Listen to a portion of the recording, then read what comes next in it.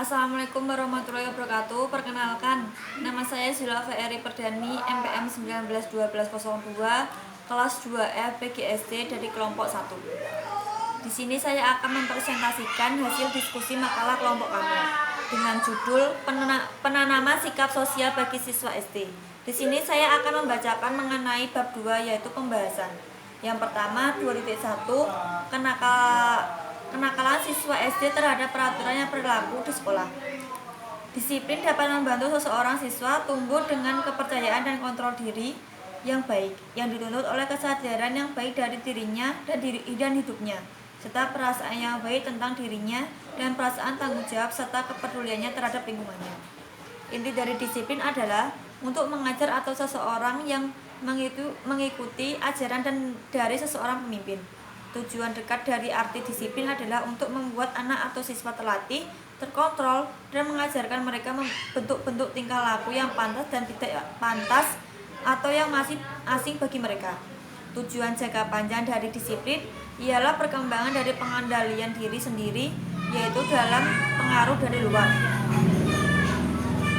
Hal mana anak atau peserta didik dapat mengarahkan diri sendiri tanpa pengaruh dari luar.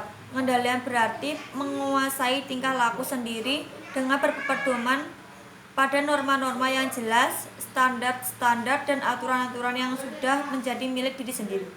Mereka itu baik orang tua maupun guru haruslah secara terus-menerus berusaha untuk makin memainkan peran yang makin kecil dari pekerjaan pendisiplinan itu, dengan cara bertahap mengembangkan pengendalian diri sendiri dan pengarahan diri sendiri pada anak atau siswa.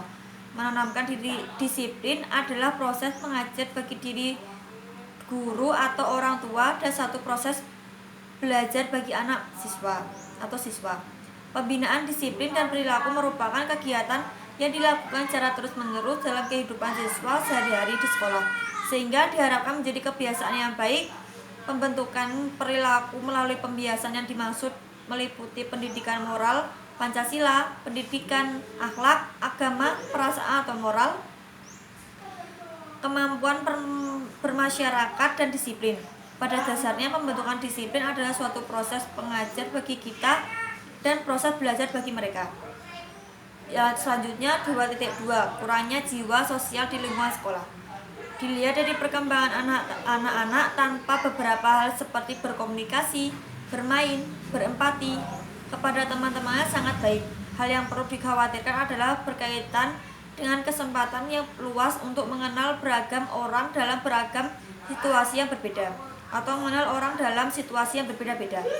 Pengenalan ini dirasakan perlu sebagai proses memahami orang lain, proses pembelajaran nilai-nilai orang per orang, menemukan pemecahan dari perbedaan pendapat yang terjadi, serta terciptanya relasi yang dekat dengan teman sehingga teman dapat menjadi sumber dukungan sosial bagi anak.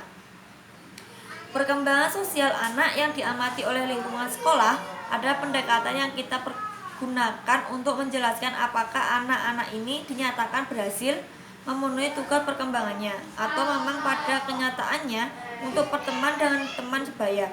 Sebagai individu, kita semua harus dengan teliti mengamati interaksi anak-anak sekolah dengan orang lain untuk mendapatkan data akurat mengenai perkembangan sosial mereka.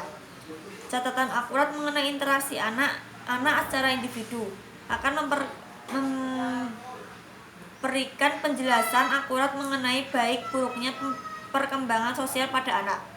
Pencatatan akurat dapat diperoleh dengan teknik observasi partisipan, yakni mengobservasi kegiatan keseharian anak sekolah dengan memfokuskan kepada perkembangan sosial yang perlu dikuasai dan dijalankan. Demikian presentasi dari saya. Bila ada kesalahan kata mohon dimaafkan. Selanjutnya akan dilanjutkan oleh Kurnia Rahma. Wabillahi taufiq wal hidayah. Wassalamualaikum warahmatullahi wabarakatuh.